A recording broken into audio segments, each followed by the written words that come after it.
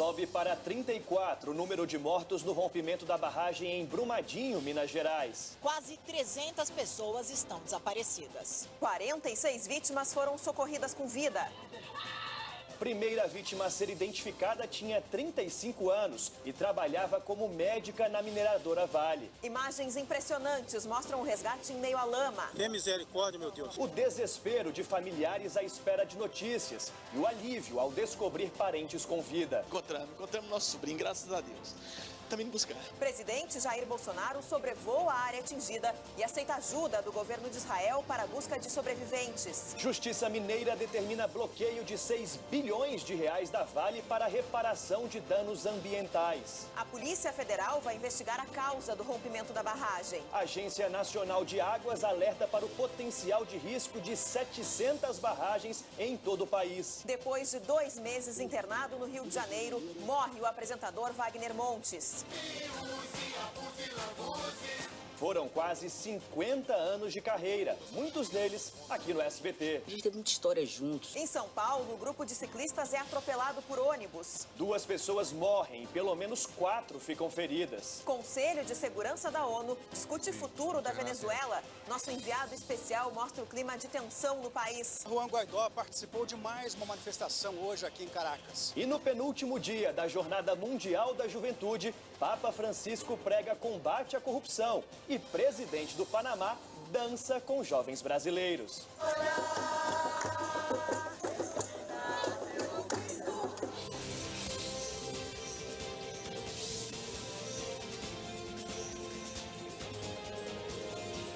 Está no ar, o SBT Brasil. Olá, boa noite. Boa noite. O SBT Brasil começa com informações ao vivo de Brumadinho, em Minas Gerais, onde uma barragem se rompeu e deixou dezenas de mortos e centenas de desaparecidos. A repórter Thaís Nunes está em frente ao centro de apoio à família das vítimas. Oi, Thaís, quais são os números atualizados de mortos e também de desaparecidos nessa tragédia? Boa noite, Carol. Boa noite, Daniel. Boa noite a todos. De acordo com as últimas informações que nós recebemos, são 34 mortes confirmadas. 296 funcionários da Vale estão desaparecidos, o que não significa que esse seja o número total, já que vítimas ali da região também foram atingidas pelo rompimento da barragem. Por isso, não dá para saber ao certo qual a dimensão dessa tragédia. Tragédia essa que chocou o país inteiro.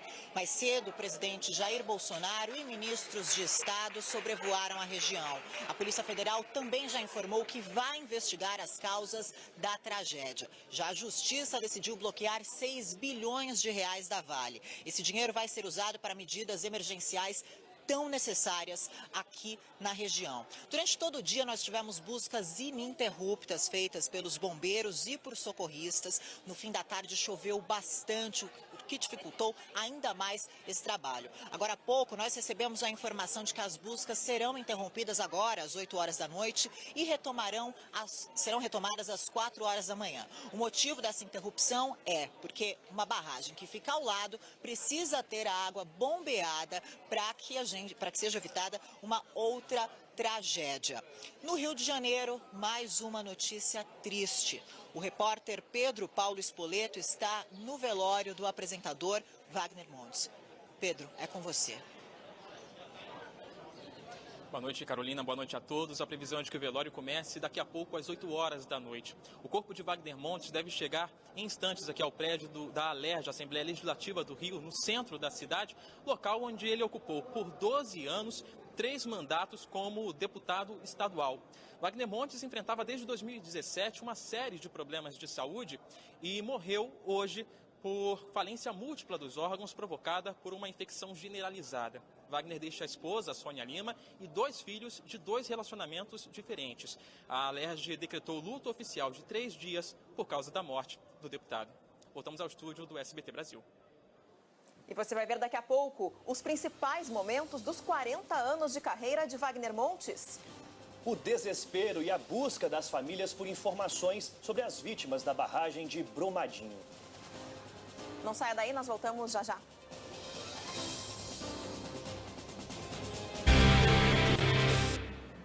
34 pessoas morreram e quase 300 estão desaparecidas após o rompimento de uma barragem em Brumadinho, Minas Gerais. Nós vamos voltar a falar ao vivo com a repórter Thaís Nunes. Thaís. Carol, nesse momento eu estou em um centro que foi montado em apoio aos familiares das vítimas e é muito triste porque tem as listas das pessoas que foram encontradas e as pessoas que estão desaparecidas.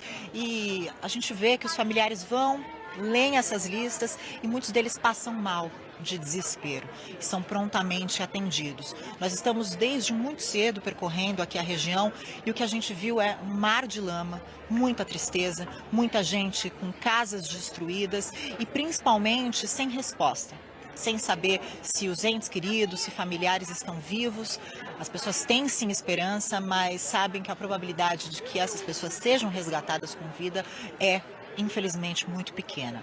Vamos acompanhar agora na reportagem o nosso dia aqui na região de Brumadinho, palco dessa tragédia ambiental.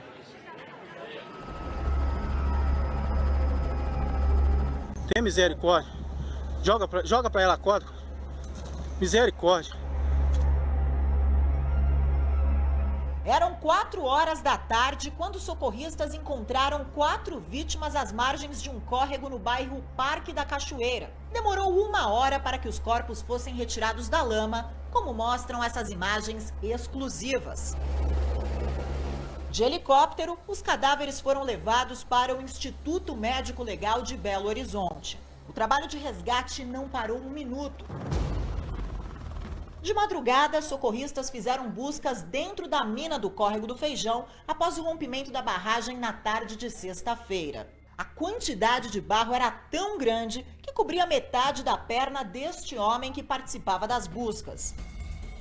Esta mulher, no meio da lama e bem próximo à barragem, é resgatada por um bombeiro com a ajuda de uma corda. Joga pra ela código. Misericórdia. Mas vai puxar, tá? Nos escombros de casa, o marido tenta salvar a esposa. Por favor, me fuja! Por favor, me fuja, pelo amor de Deus!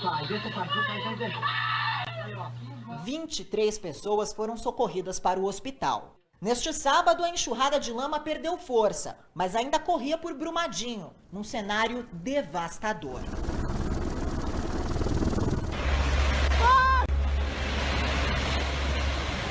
Era hora do almoço quando a barragem 1 da mina do Córrego do Feijão, da mineradora Vale, se rompeu. O mapa mostra o local antes do acidente. Os funcionários da empresa estavam na área administrativa. A lama desceu por 1 quilômetro e atingiu os prédios da companhia, continuou por mais 4 quilômetros até a comunidade de Vila Feterco, chegando no rio Paraupebas. O pátio do Vale ficou assim. Este agricultor estava na roça embaixo da barragem e conseguiu escapar. O que tá acontecendo? O que tá acontecendo, gente? Ó, menino, isso é alguma coisa, o mundo tá acabando. Eu falei assim, não é o mundo acabando. Isso pode ser uma outra coisa. Aí o menino falou assim, pode ser a barragem que estourou. Ele já tava falando que já tá perto de estourar. Aí nós foi e começou a correr. Já tinha gente na lama, tipo assim, me salve. E entrando dentro daquelas lamas, essas lamas tóxicas. Você tenta dar abraçada nisso aí, você não consegue fazer nada, não. É igual areia movediça, o negócio é afundar pra dentro, entendeu? Várias casas foram destruídas. Uma delas é a da mãe de Rony. Nenhuma residência do vilarejo resistiu ao rompimento da barragem. Ao todo, 81 pessoas estão desabrigadas. Tinha uma casa aqui mais ou menos uns 6 metros depois da casa da minha mãe e foi arrastada para dentro da chácara da minha mãe aqui. Foi arrastada praticamente inteira e depois desabou. É até difícil de acreditar, mas aqui atrás passava um córrego e eu estou em cima do telhado de uma das 8 casas aqui do Parque da Cachoeira que foram arrastadas pela lama. A força do dejeto de minério de ferro também levou várias cabeças de gado rio abaixo. Olha o gado, injeção. Estamos numa chácara a menos de 10 quilômetros da mina do Feijão. Aqui atrás havia um pomar que ficou completamente destruído. Os mais de 12 milhões de metros cúbicos de dejeto arrastaram tudo o que tinha pela frente. Mas é só olhando de cima que dá para ter uma ideia do estrago que o desastre provocou. Uma ponte férrea foi partida ao meio. Lenice era uma das tantas pessoas que buscavam notícias de parentes e amigos desaparecidos. Na rua da minha casa deve ter umas 8 pessoas. Eu tô passando mal, não tô aguentando nem. Em meio a tantas buscas, apenas uma certeza. Acabou Brumadinho.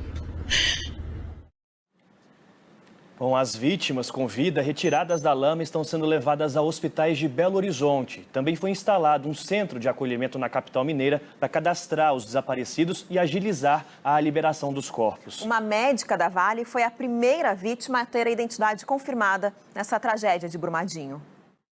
Marcele Porto Canguçu era médica do trabalho, se formou na Universidade Federal de Minas Gerais e atuava na Vale desde 2015. Marcele completou 35 anos no dia anterior ao desastre ambiental. Pelas redes sociais, o pai lamentou a morte da filha.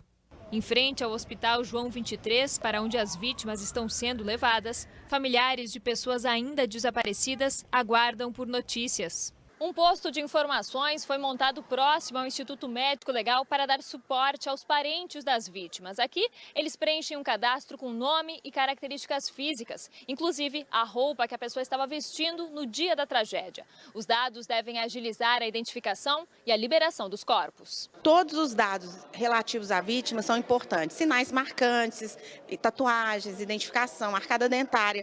Tudo é muito importante porque, como as vítimas estão imersas em lama, a identificação física ela fica muito prejudicada. Então, é preciso que a gente tenha o maior número de dados possíveis se a gente não conseguir identificar datiloscopicamente as vítimas. Em meio a rostos apreensivos e ligações desesperadas, um alívio: o encontro de um sobrevivente. Encontramos nosso sobrinho, graças a Deus. Também buscar. Mas para aqueles que ainda esperam por notícias, um ponto de acolhimento com atendimento psicológico e clínico foi montado próximo ao posto de informações. Estas duas médicas são de Brumadinho e vieram para Belo Horizonte ajudar como voluntárias. Eu conheço muitas pessoas envolvidas na catástrofe de Brumadinho e estou para dar apoio, principalmente às famílias que estão aí ansiosas e angustiadas por informações. A gente sabe que esse momento de informação é um momento muito crítico, de muita tristeza, infelizmente, e a intenção é dar apoio a essas famílias nesse momento. São muita força, né? Voltamos ao vivo, então, a Brumadinho, em Minas Gerais, com o repórter Cid Marcos agora, que está na Igreja São Sebastião, onde neste momento acontece uma missa. Oi, Cid, qual é a situação? Há muitas famílias de desaparecidos por aí? Assim. Boa noite a todos. O clima é de muita tristeza, mas também de muita fé. São centenas de famílias desoladas em busca de informações. Vários ministérios já tomaram medidas para ajudar nas buscas e operações. A Advocacia Geral da União entrou com um pedido de urgência para que empresas de telefonia celular forneçam a relação dos assinantes que estavam conectados perto da mina. O Disque 100, o serviço Disque 100, foi disponibilizado para atender atingidos pelo desastre. Desde ontem, centenas de pais, esposas, maridos, tios, avós e filhos esperam na cidade por notícias. Muitos percorreram por conta própria os locais onde a lama chegou atrás de alguma informação. Vamos ver na reportagem. A bandeira de Minas a meio mastro simboliza o luto dos mineiros. A onda de rejeito de minério e barro levou o que viu pela frente, mas não a esperança de Michele. A esperança é a última que morre. Pai de Michele, de 62 anos, trabalhava numa empresa terceirizada da Vale e está desaparecido. Minha madrasta foi no ML e eu saí lá de Lagoa Santa e vim pra cá. Alguém da Vale procurou você para te ajudar? Ninguém. Hora nenhuma. Só os amigos mesmo de profissão que conversam com a gente no WhatsApp. O carro que foi parar dentro do rio Paraopeba impressionou tanto que o Marcos gravou a cena do veículo na água. O biólogo e o amigo dele, o comerciante João, foram com os cachorros Luke e Luna buscar sobreviventes. Os dois vieram de Betim, cidade vizinha, e passaram o dia aqui. Vão voltar. Eu não consegui adentrar muito não, porque a lama está muito mole ainda. Mas vocês vão continuar para margear o rio. Vocês vão continuar as buscas hoje, amanhã?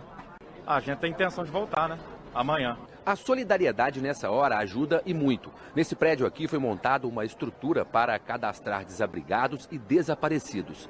O problema é que muita gente está reclamando da falta de informações. Dona Neuza quer notícias do sobrinho desaparecido. O nome do seu sobrinho qual é? É Reinaldo Simão de Oliveira. Quantos anos? 32. 32. Pai de uma filha de 9. Mas nem a filha dele e nem Dona Neuza tiveram notícias. Eu não tô vendo a Vale aqui, não. São quase 300 desaparecidos que estavam trabalhando ou prestando serviços para a companhia. Centenas de familiares angustiados. Eu vim lá de Lagoa Santa, gente, debaixo de chuva. Deixei minha filha de 2 anos e o meu filho de 11 anos com a minha mãe para vir cá saber do meu pai. Difícil, né? Daqui a pouco nós voltamos ao vivo com mais informações sobre o rompimento da barragem em Minas Gerais. Um grupo de ciclistas foi atropelado por um ônibus em uma rodovia de São Paulo. 2 vítimas morreram e 4 ficaram feridas. Os primeiros socorros foram feitos no local do acidente. 2 ciclistas morreram depois que o grupo em que estavam foi atingido por um ônibus. Entre eles, Rafael Moreira e esta mulher, identificada como Keila. O namorado dela esteve no local.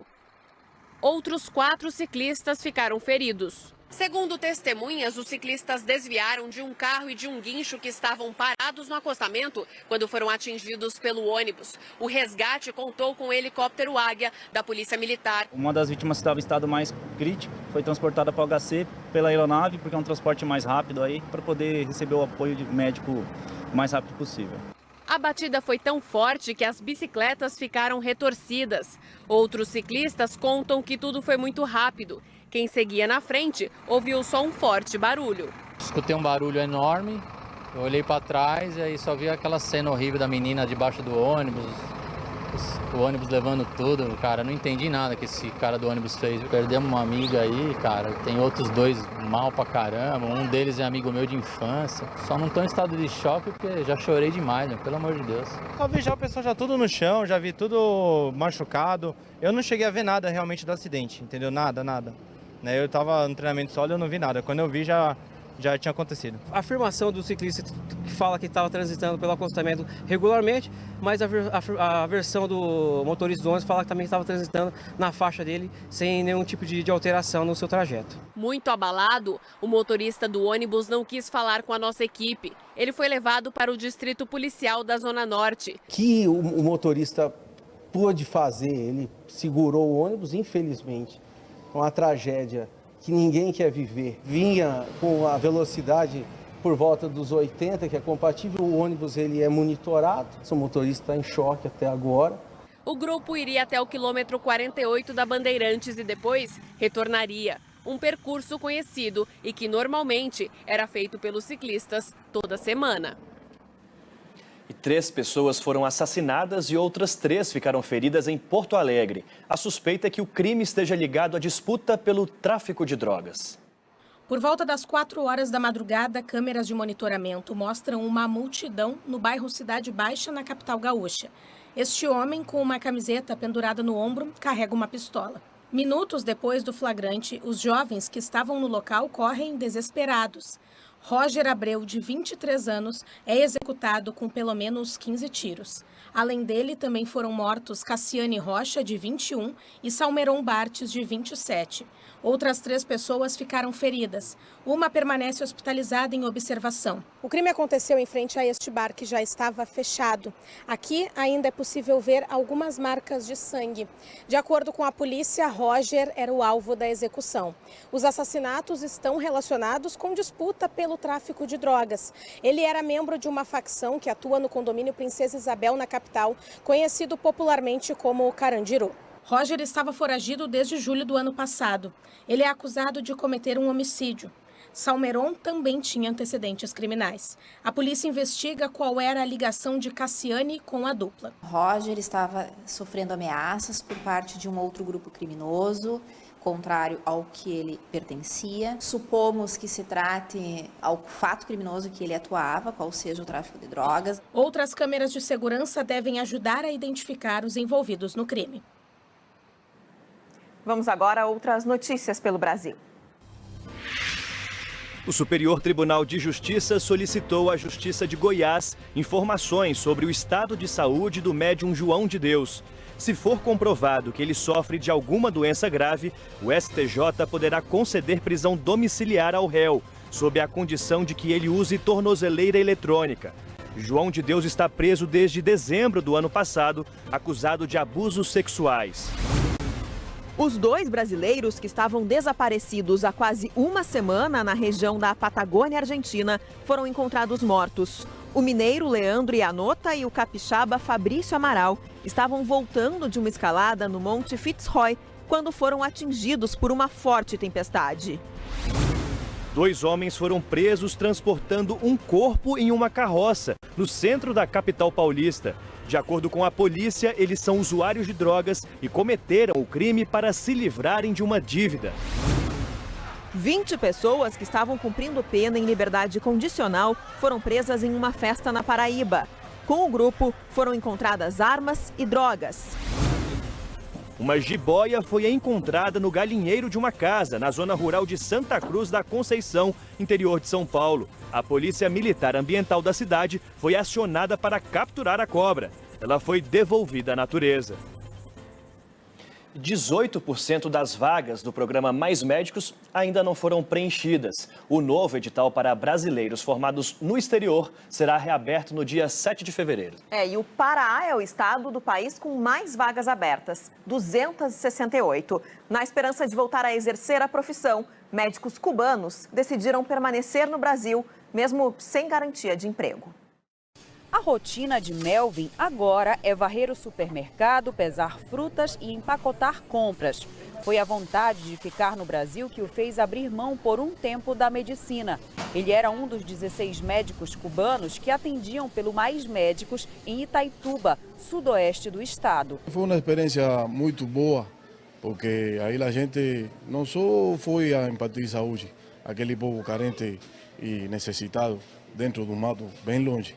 Se não foi também uma ensinança para mim, é a primeira vez que eu interatuava com uma população desse jeito. Melvin atendia em uma aldeia indígena, onde ainda não há médicos inscritos após a retirada de Cuba do programa. Miguel e José também cuidavam dos índios. No caso deles, o motivo de permanecer no Brasil foi muito além do gosto pelo trabalho. O meu caso pessoal foi porque eu encontrei o amor da minha vida aqui. Eles são tão diferentes, né, dos outros médicos, são mais carinhosos, são mais atenciosos. Miguel é só elogios aos colegas de trabalho. Tem excelentes profissionais de saúde, de enfermagem, então precisa só um médico para completar essa equipe, para trabalhar. Então nós médicos cubanos estamos sendo parte dessa equipe para trabalhar aí. Os cubanos ainda vão precisar esperar um pouco para tentar novamente uma vaga no programa. Passada a etapa destinada aos brasileiros formados no exterior, somente nos dias 18 e 19 de fevereiro, se sobrarem vagas, será a chance dos estrangeiros graduados fora do Brasil. Eles fazem questão de esperar. Então, eu nunca vi um índio na minha vida. E pela primeira vez, agora foi que eu vi um índio. Eu estou conhecendo a cultura deles. Eu estou conhecendo o jeito deles, a necessidade que eles têm daquele pessoal de saúde lá nas aldeias. E então realmente foi um desafio, uma coisa bem grande, bem forte para nós. Mas a gente está fazendo, está trabalhando com muito carinho para o povo brasileiro e especificamente para eles. O secretário de Saúde da cidade disse que é difícil convencer e manter profissionais trabalhando em áreas distantes, como aldeias indígenas e garimpos. E aqui em Itaituba a gente tem vários dos cubanos que desistiram de retornar a Cuba, alguns desistiram ou retornaram e trouxeram suas famílias. A gente fica muito feliz por ele ter escolhido essa região, principalmente para morar. Melvin deixou a família em Cuba, mas a esperança de dar uma vida melhor aos filhos ajuda a enfrentar a distância. Bato uma saudade dentro do meu peito, porque eu quisera ter eles comigo aqui.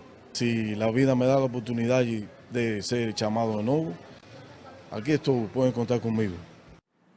Líderes europeus deram hoje um ultimato a Nicolás Maduro. Ou a Venezuela convoca eleições em 8 dias, ou irão reconhecer o opositor dele, Juan Guaidó, como presidente. E o assunto também foi discutido no Conselho de Segurança das Nações Unidas. Os enviados especiais a Caracas, Marcelo Torres e Tiago Ferreira, têm as informações. Os Estados Unidos foram à ONU com uma resolução pronta contra Maduro. O secretário de Estado americano, Mike Pompeo, criticou o regime venezuelano, dizendo que milhões de pessoas já fugiram do país apenas para conseguir o básico, comida e água. Mas, como esperado, Rússia e China, que têm poder de veto, não aceitaram a resolução. O embaixador da Venezuela na ONU acusou Donald Trump de tentar um golpe de Estado e ainda atacou líderes europeus como o francês Emmanuel Macron, que, segundo ele, deveria estar mais preocupado com os protestos dos coletes amarelos. França, Reino Unido, Alemanha e Espanha deram um ultimato a Nicolás Maduro. Citando fraudes na última eleição, exigiram que uma nova votação seja convocada em até 8 dias. Caso contrário, vão reconhecer Juan Guaidó, que comanda a Assembleia Nacional, como presidente interino do país, seguindo uma posição já adotada por nações como Estados Unidos, Argentina e Brasil. Aproveitando o apoio que veio da Europa, Juan Guaidó participou de mais uma manifestação hoje aqui em Caracas. A estratégia da oposição agora é organizar protestos todos os dias e apresentar um plano claro aos venezuelanos de como seria um governo de transição. Esperança e o desejo da maioria dos venezuelanos. O professor José Ricardo diz que, apesar do apoio das Forças Armadas a Maduro, tem esperança em novas eleições. Um dos principais argumentos dos opositores para convencer os militares a mudarem de lado é oferecer anistia a todos os que contribuírem para que o país, segundo eles, volte a ter uma ordem constitucional. Enquanto isso, o governo de Maduro tenta desmoralizar Guaidó. Até agora, o opositor se recusou publicamente a encontrar-se com o governo, mas o ministro das Comunicações exibiu um vídeo dizendo que o homem de capuz chegando num hotel para falar com 2 dos principais líderes do governo é Guaidó. O assunto acabou virando piada na internet. Inspirou um desafio que inundou a rede de pessoas encapuzadas. Guaidó nega que seja ele. Por aqui é difícil saber quem fala a verdade e também quem lidera o país. E agora nós voltamos a falar sobre a tragédia de Brumadinho, porque a Justiça de Minas Gerais bloqueou mais 5 bilhões de reais da Vale neste sábado. 1 bilhão de reais já tinham sido retidos numa ação anterior. Os recursos vão ser usados em medidas emergenciais para o meio ambiente. E hoje o presidente Jair Bolsonaro sobrevoou a região da tragédia na companhia de alguns ministros. Thaís, o que o governo federal está prevendo para ajudar as vítimas, hein? Oi, Daniel. O presidente Jair Bolsonaro afirmou que pode liberar recursos do Fundo de Garantia, o FGTS, para ajudar as vítimas aqui de Brumadinho. A Caixa Econômica Federal também disse que vai enviar um caminhão-agência para facilitar as transações bancárias aqui na cidade. A Caixa também vai abrir uma conta para que todos os brasileiros possam fazer doações. Os dados sobre essa conta serão divulgados na próxima segunda-feira. Uma outra orientação do governo aqui de Minas Gerais é para que os parentes, os familiares das vítimas forneçam ao Instituto Médico Legal informações como tatuagens, documentos dentários para facilitar no reconhecimento das vítimas, que já é um processo difícil, mas com o barro, com essa lama toda, fica ainda mais complicado. Como você disse, lembrando, o presidente Jair Bolsonaro e ministros de Estado fizeram um sobrevoo hoje cedo aqui na região de Brumadinho. Jair Bolsonaro embarcou logo cedo em Brasília e antes das 10 da manhã já estava no aeroporto de Confins, em Belo Horizonte. De lá, sobrevoou de helicóptero toda a região devastada pela avalanche de lama e rejeitos de minério. Acompanhado de ministros, o presidente chegou a registrar imagens da tragédia vista de cima, com o celular. De volta à capital mineira, Bolsonaro teve uma reunião com ministros e autoridades locais. E logo após o presidente deixar o aeroporto, rumo a Brasília, o governador de Minas Gerais, Romeu Zema, afirmou que os envolvidos na tragédia serão punidos de forma exemplar e que leis e critérios de fiscalização terão de ser revistos. A princípio, todos os alvarás, todas as licenças estavam em dia. E uma mina desativada há 4 anos se rompeu. Então vai ser necessário rever protocolos, porque não podemos ficar sujeitos a que esse tipo de coisa ocorra novamente. Então, tanto critérios federais quanto estaduais, muito provavelmente serão revistos depois desta tragédia. Já o ministro de Minas e Energia disse que as causas ainda serão investigadas, mas que agora a preocupação é avaliar o risco de novos desastres na região. O que está sendo feito é a análise de todos os documentos e o monitoramento dessa barragem e demais áreas para que nós possamos identificar qualquer outra ameaça. Outra questão que está sendo avaliada com muito cuidado é a barragem 6. a barragem de água que fica ao lado da barragem que rompeu. Essa barragem, ela precisa ser monitorada para que a gente evite que essa tragédia fique ainda maior. Para o comandante dos bombeiros de Minas Gerais, Edgar Estevão, o estado deve começar a receber ajuda dos governos de outros estados a partir de segunda-feira. Serão enviados homens, equipamentos e principalmente cães farejadores. O comboio do Rio de Janeiro já está a caminho e será o primeiro a chegar. Espírito Santo, Rio Grande do Sul, São Paulo e Santa Catarina devem ser os próximos. Os danos ao meio ambiente começam a ser calculados. O IBAMA multou em 250 milhões de reais a mineradora Vale, acusada de 5 crimes ambientais. Nunca houve nenhum projeto de afrouxamento de fiscalização. Ao contrário, o que nós demonstramos hoje através da atuação do IBAMA é que a fiscalização e a atuação do órgão ambiental, ela é rigorosa e rápida. A Justiça já bloqueou bilhões de reais da mineradora Vale. A Advocacia Geral do Estado entrou com uma cautelar e conseguiu uma liminar para cautelar cerca de 1 bilhão para as medidas iniciais. O Ministério Público de Minas Gerais entrou com uma cautelar também na comarca de Brumadinho para cautelar 5 bilhões. Por causa do rompimento da barragem, a Defesa Civil Nacional reconheceu neste sábado calamidade pública no município de Brumadinho, onde um posto de operações foi instalado. Aqui em Brasília, o gabinete de crise se reuniu pela manhã cedo e no fim da tarde no Palácio do Planalto. Ao retornar para casa, no Palácio da Alvorada, o presidente Jair Bolsonaro anunciou que o Brasil recebeu oferta de ajuda do governo de Israel. Tragédia, devemos trabalhar para evitar que novas aconteçam. O governo federal, bem como o governo estadual, tomaram todas as providências de imediato para ajudar a minimizar a dor dos familiares. Daqui para frente, o trabalho é basicamente busca de desaparecidos. Infelizmente, pode aumentar muito o número de mortes. A Procuradora-Geral da República também sobrevoou a área atingida em Brumadinho e visitou as famílias das vítimas, onde pediu prioridade no resgate dos sobreviventes e na identificação dos desaparecidos. Socorro às vítimas é importante, indenização adequada é importante e prevenção é importante. Os governos cobrem da empresa ou das empresas envolvidas a sua responsabilidade e que as empresas se apresentem, resolvendo imediatamente os problemas. Bom, e o repórter Cid Marcos acompanhou durante todo o dia o drama das centenas de famílias em busca de informações. Cid, o trabalho do Corpo de Bombeiros deve continuar até que horas, hein?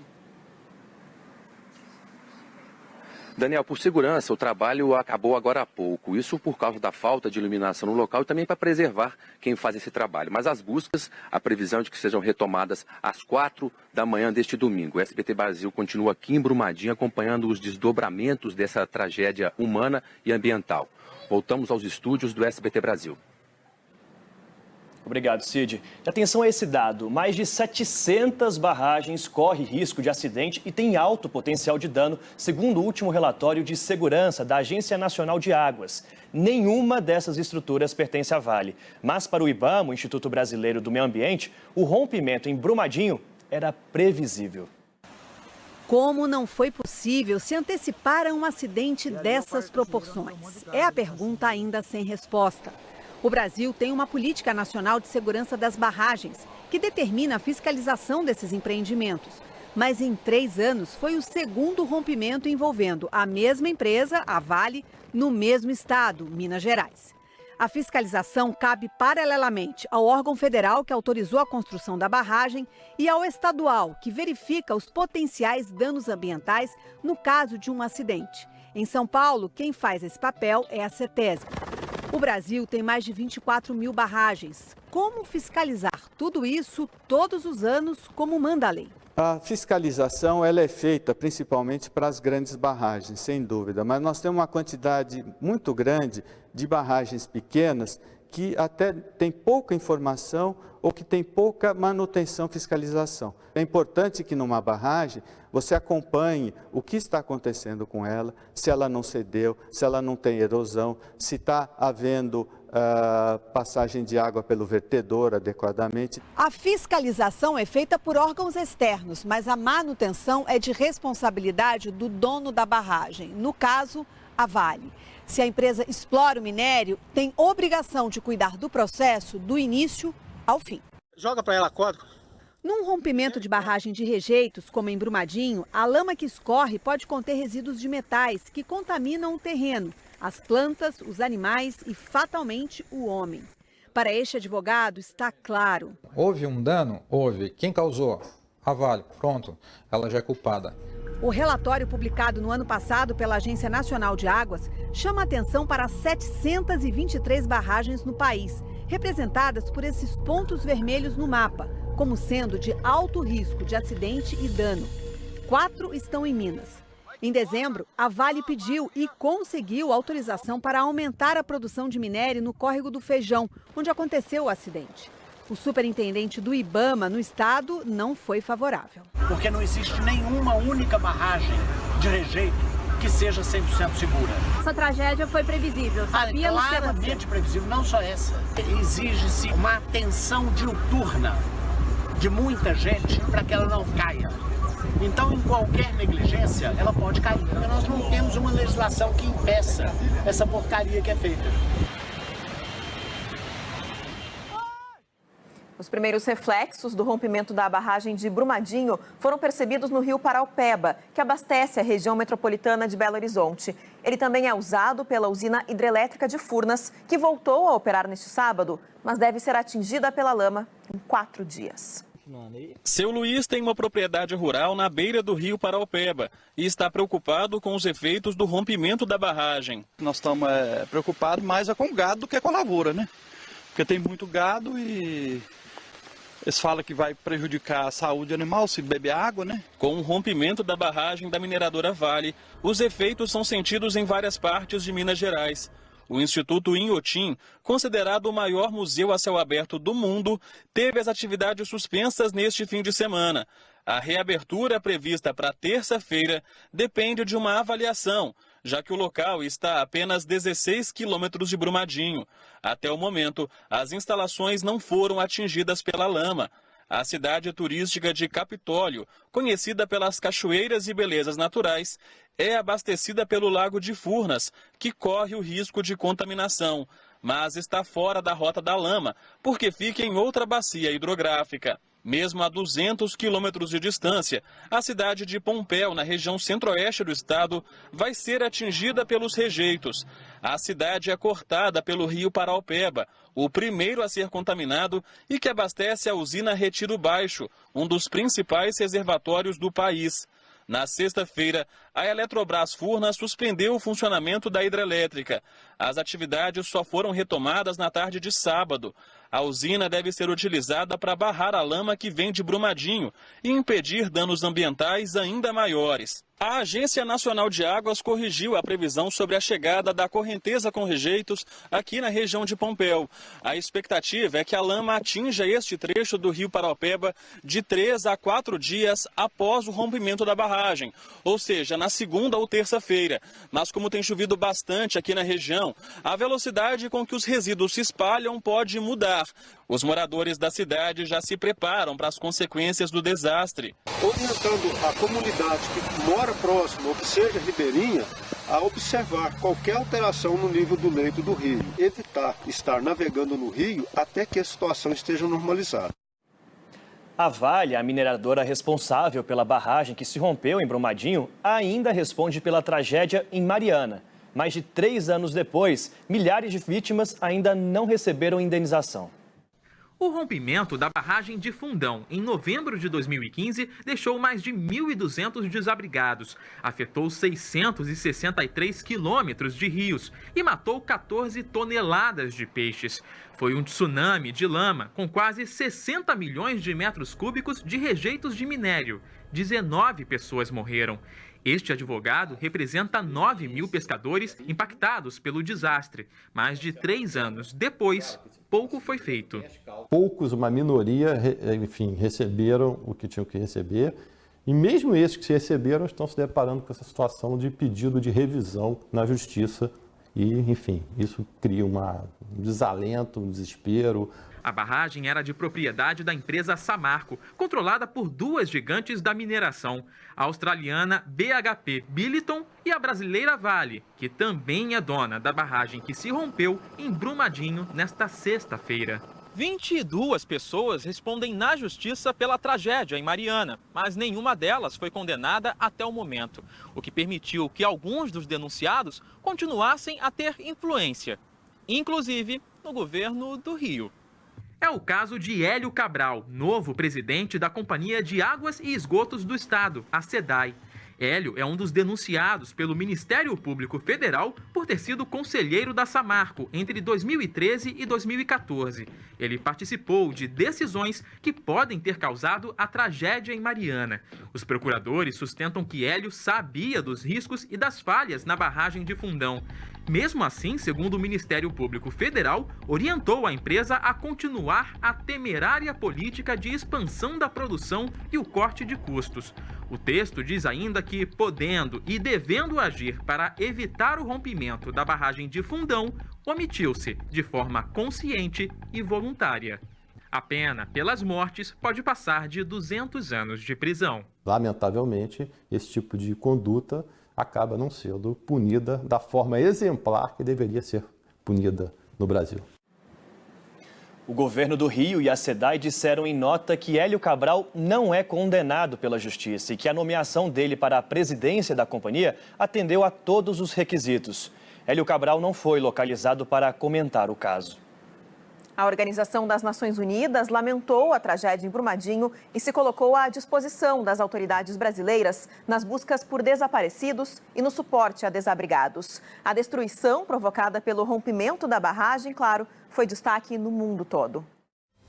A rede britânica BBC reproduziu a área atingida antes e depois da ruptura e destacou que há poucas chances de encontrar pessoas com vida no local.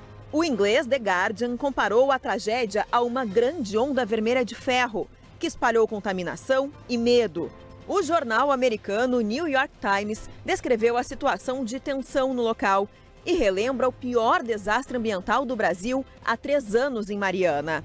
O El País da Espanha denuncia que no momento da enxurrada nenhuma sirene tocou. Já o francês Le Monde afirma que a barragem foi inspecionada há 16 dias e que cerca de 300 pessoas estão desaparecidas. Novas informações. O ministro do Gabinete de Segurança Institucional, general Augusto Heleno, acabou de explicar como será a ajuda de Israel no desastre de Brumadinho. Nós estamos recebendo a notícia de chegada de um avião de Israel com toneladas de equipamento. O avião já está aí e essa ajuda é basicamente equipamentos tecnologicamente capazes de identificar a presença de corpos e de outras situações, utilizando meios eletrônicos, utilizando meios que nós não dispomos e que eles dispõem. E neste domingo, uma outra tragédia que também abalou o país completa 6 anos, o incêndio na Boate Kiss. Até hoje, os 4 réus continuam em liberdade. Muita gente se reuniu em Santa Maria, no Rio Grande do Sul, para homenagear as 242 vítimas do incêndio. Ligiane faz uma homenagem emocionante. Trouxe o violão e os tênis preferidos de Andriele. No dia da tragédia, a filha comemorava o aniversário de 22 anos. Nós estamos tirando aquele tabu de que a pessoa morreu, não se fala mais dela. Não é assim. Um grupo de cavaleiros chegou a Santa Maria vindo de São Gabriel a mais de 100 quilômetros para participar das homenagens. Entre eles, o William, que sobreviveu ao incêndio. Uma coisa que nos ajuda também a estarmos reunidos em prol de buscar por justiça. O filho do seu Inocêncio não teve a mesma sorte. Uma maneira de reverenciá-los, né? E alertar a nossa sociedade, buscando justiça para toda essa tragédia que aconteceu, que não venha a ocorrer para o sofrimento dos familiares. O fogo na Boate Kiss começou durante um show pirotécnico da banda Gurizada Fandangueira. As chamas atingiram a espuma do isolamento acústico e se espalharam rapidamente. Uma fumaça tóxica tomou conta do local. 242 pessoas morreram, mais de 600 ficaram feridas. Para marcar a data, várias atividades aconteceram em Santa Maria ao longo do dia. Usuários, consumidores, eles têm que fazer um papel de pressão sobre a gestão pública, porque essa é uma atividade que está fortemente enraizada no poder público. Quem libera alvarás, quem libera os espaços para shows, eventos, grandes eventos, e não se pode imaginar que se possa dar espaço por uma segunda quis, né? 6 anos depois da tragédia, apenas 3 bombeiros foram condenados por questões ligadas à expedição de alvará e cumprem a pena em liberdade. As famílias das vítimas ainda esperam pelo julgamento dos 4 réus do processo criminal, que ainda não tem data para acontecer. Os sócios da boate, Elisandro Spor e Mauro Hoffman, e os músicos Marcelo de Jesus dos Santos e Luciano Bonilha Leão estão em liberdade. O Superior Tribunal de Justiça e o Supremo Tribunal Federal analisam recursos do Ministério Público e parentes das vítimas para que os réus sejam julgados por um júri popular. Uma vez esse crime cometido contra a sociedade, ninguém melhor que a sociedade para julgá-los. Uma vigília em frente ao prédio da boate está prevista para esta madrugada. O governo liberou o registro de 28 agrotóxicos. Alguns são considerados altamente perigosos e proibidos em outros países. Encontrar o inimigo na lavoura de soja é simples e rápido. A gente faz para constatar o que produto usar, que praga tem que combater. O próximo passo é entrar com o veneno. Até março, época da colheita, esta lavoura no interior de Santa Maria vai receber 6 aplicações de agrotóxicos. A máquina pulveriza cerca de 100 litros de pesticida por hectare. Para quem sobrevive da terra, essa ainda é a melhor forma de combater os inimigos do campo. Pode até ter soluções, mas a produção vai cair 70%, 80% do que a gente está colhendo hoje. O Ministério da Agricultura liberou o registro de 28 agrotóxicos. A lista inclui produtos considerados altamente perigosos e banidos há mais de uma década em países europeus. Segundo o Laboratório de Geografia Agrária da Universidade de São Paulo, a cultura da soja sozinha responde por quase metade de todo o agrotóxico vendido no país. Em seguida vem o milho e a cana-de-açúcar. No pacote de registros autorizados está o sulfoxaflor, único da lista inédito no país. O IBAMA classificou o pesticida como tóxico e perigoso ao meio ambiente. A Agência de Proteção Ambiental dos Estados Unidos já restringiu o uso por causa da relação com o extermínio de abelhas. Temos uma série de tipos de abelha que precisam sobreviver e com esses produtos não sobrevivem. De 2007 até janeiro de 2018, o Ministério da Saúde registrou quase 65 mil casos de intoxicações por agrotóxicos. 1/3 deles tiveram relação com o trabalho. A gente recebe isso com uma tristeza.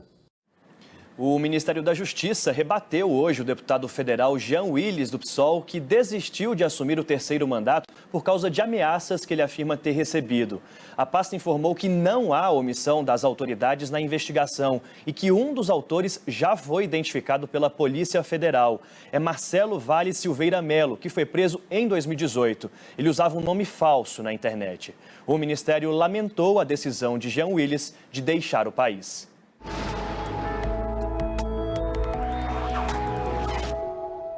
Vai cair muita água neste domingo de norte a sul do país, mas como estamos em pleno verão, mesmo com a chuva, o calor não dá trégua. O risco de temporais com trovoadas e raios é maior no centro-oeste, mas a chuva atinge toda essa área escura do mapa. Tempo firme com sol na Bahia, Minas Gerais e entre o Rio Grande do Sul e Santa Catarina. Faz calor de até 29 graus em Florianópolis e em Belo Horizonte e 32 graus em Teresina. O domingo fica quente com pancadas de chuva em Cuiabá, máxima de 32 graus. Chuva isolada e tempo abafado em Salvador, com 30 graus. Palmas vai aos 32. Em São Paulo, chove só de forma bem isolada. A partir de segunda-feira, tempo firme e calor de 34 graus. Paris enfrentou hoje o 11º sábado seguido de violência, com confrontos entre os coletes amarelos e a polícia. É o movimento que protesta contra a política de impostos do presidente Emmanuel Macron está dividido entre aqueles que aceitaram negociar com o governo e os mais radicais. Os coletes amarelos alegam que a política do atual governo privilegia os mais ricos, cobrando impostos sobre fortunas de até 1.300.000 euros. Os protestos têm acabado em violência, com cenas de guerra nos principais pontos turísticos de Paris. O prejuízo já passa de 60 milhões de euros. Em Málaga, na Espanha, foi encontrado o corpo de um menino de 2 anos que caiu num poço há 2 semanas. Ainda havia a expectativa de encontrar a criança viva. O buraco tinha apenas 25 centímetros de diâmetro e pouco mais de 100 metros de profundidade. Era estreito demais para um adulto. Foi aberto então um poço paralelo para chegar até o menino. O corpo estava no fundo do buraco. O estrategista político e amigo do presidente americano, Roger Stone, pagou fiança de $250 mil para ser solto. Ele havia sido detido na Flórida. Agora responderá em liberdade a 7 acusações de obstrução da justiça e de falso testemunho. Stone foi indiciado no processo que investiga o envolvimento da Rússia nas campanhas eleitorais de 2016, que deram vitória a Donald Trump. Morreu aos 86 anos o músico e compositor francês Michel Legrand, que ao longo da carreira conquistou 3 estatuetas do Oscar. Venceu 5 vezes o Grammy e foi premiado também no Globo de Ouro. Legrand compôs mais de 200 trilhas para o cinema e para a TV e gravou cerca de 100 álbuns. Na Jornada Mundial da Juventude, no Panamá, o Papa Francisco destacou a importância do combate à corrupção em toda a sociedade, na política e também na igreja. Veja com a enviada especial, Patrícia Vasconcelos. A música cantada pelos brasileiros ganhou os passos de jovens de várias partes do mundo.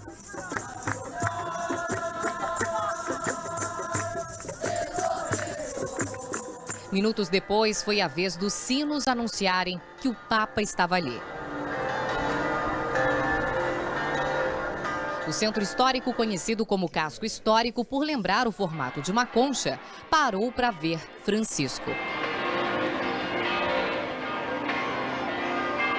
Na Catedral Milenar, o Papa falou que o desafio dos padres e freiras hoje é grande devido às mudanças na sociedade que colocam em dúvida a viabilidade religiosa. Nossas costumbres e atitudes ante a realidade. Depois da missa, Papa Francisco percorreu em um carro fechado. Aí vocês podem ver as ruas do centro histórico aqui da cidade do Panamá. Nesses 5 dias, o líder da Igreja Católica falou sobre religiosidade, mas também deu muitos recados no campo da política. Francisco disse, por exemplo, que os governantes que ocupam cargos públicos devem combater qualquer tipo de corrupção.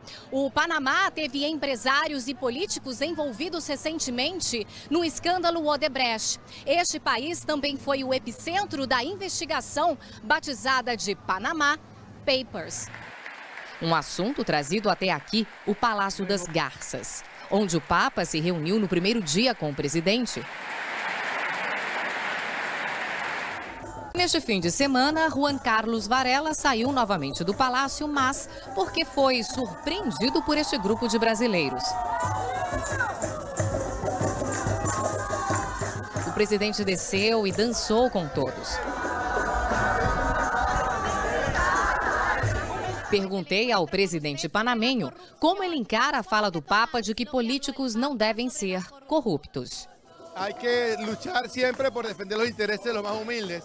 É preciso lutar para defender os interesses dos mais humildes, porque em cargos públicos são movimentadas grandes quantidades de dinheiro.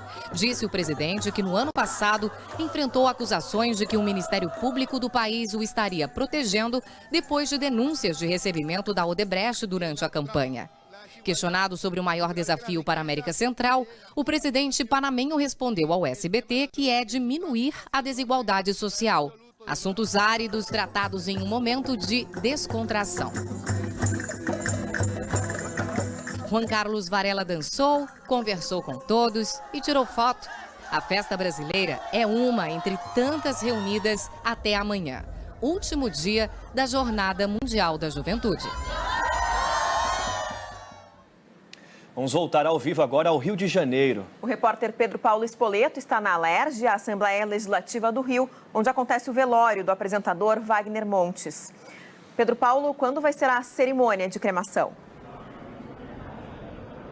Pois é, Carolina, boa noite para você novamente. O corpo será cremado amanhã à tarde em uma cerimônia reservada para familiares e amigos no cemitério da Penitência, no Caju, região portuária da cidade. Mas antes disso, o corpo vai ser velado até amanhã ao meio-dia aqui no saguão da Alerj, inclusive durante essa madrugada. O velório estava previsto para começar por volta de 8 horas da noite, mas o corpo ainda não chegou do hospital até aqui. Apesar disso, já é grande a movimentação de amigos e também admiradores que estão tanto na parte lá de fora da Alerj como aqui dentro. Estão prestando já as homenagens aos familiares que já chegaram por aqui. Eles também enviaram coroas de flores, inclusive o prefeito do Rio. Wagner Montes estava internado havia 2 meses no Hospital Barra d'Or, na zona oeste da cidade. No hospital, amigos foram dar apoio à família. O apresentador e deputado federal eleito estava internado neste hospital na Barra da Tijuca, na zona oeste da cidade, para se tratar de uma infecção urinária. Na manhã deste sábado, o quadro de saúde do apresentador se agravou. A infecção se espalhou e comprometeu o funcionamento dos órgãos. Ele morreu às 11h30 da manhã. No dia 13 de novembro passado, Wagner foi retirado às pressas de um avião que iria de Foz do Iguaçu, no Paraná, para o Rio de Janeiro. Pouco depois de embarcar, o apresentador sofreu um infarto. Recebeu atendimento médico e se recuperou. Depois seguiu a viagem e foi hospitalizado. Desde então não saiu mais. Nas redes sociais, a morte do apresentador foi confirmada. Wagner, muito obrigado por tudo, obrigado pela oportunidade e até hoje eu sobrevivo com um personagem que você com toda certeza deu a oportunidade de crescer. Por causa dos problemas de saúde, Wagner Montes estava licenciado do cargo de deputado estadual. Era o 3º mandato consecutivo. Nas últimas eleições, pela primeira vez, ele foi eleito ao cargo de deputado federal, com mais de 65 mil votos, e assumiria uma vaga na Câmara, em Brasília, em fevereiro. Na internet, artistas e políticos lamentaram a morte. O corpo de Wagner Montes será cremado neste domingo no cemitério do Caju, na região central do Rio. E foram quase 50 anos de carreira no rádio, na TV e na política, né, Carol? E Wagner Montes foi apresentador, repórter e também deputado por 3 mandatos seguidos no Rio de Janeiro. Um homem sem papas na língua. Agora tu bate na mulher, agora chora. Ele era um briguento com muita generosidade. Debochado, sem deixar de lado o bom humor. E fogo cruzado não dói. Medroso morre de susto, toma lá da cá e vento que dá em Chico, dá em Francisco. Tudo bem. Dono de uma linguagem popular, Wagner Montes tinha faro jornalístico. Começou a carreira na década de 70, no comando de programas policiais na Rádio Tupi, no Rio de Janeiro. Com seu estilo contundente, recebeu o apelido de Chicote do Povo. E você não vai mais bater na mulher, tá certo? O apresentador participou de filmes e de vários programas de televisão. Em 1979, foi contratado pela TV Tupi para fazer parte do Aqui e Agora. Um ano depois, apresentou também O Povo na TV, na antiga TVS. Wagner Montes foi um dos primeiros contratados para a nova formação do canal, que passou a se chamar SBT. A apresentadora Cristina Rocha lembrou um dos momentos difíceis na vida do apresentador. E com aquele acidente onde ele perdeu a perna, ali que ele me surpreendeu, a força que ele teve, a coragem, sabe? De enfrentar aquele problema. A gente teve muita história juntos. Em 81, Wagner Montes se tornou um dos jurados do Show de Calouros. 1 milhão de cruzeiros. 1 milhão, olha! Nos bastidores, conheceu Sônia Lima, que também era jurada do programa. Eles se casaram em 1987 e se tornaram um dos casais mais badalados da época. Eu vou ter que chamar essa mala do meu marido, né, Wagner Montes? Obrigado. Wagner Montes foi jurado do programa Flávio Cavalcante e chegou a substituir o apresentador na última edição, quando Flávio sofreu um infarto no ar. Se lançou como cantor e fez sucesso com o hit Me Use e Abuse.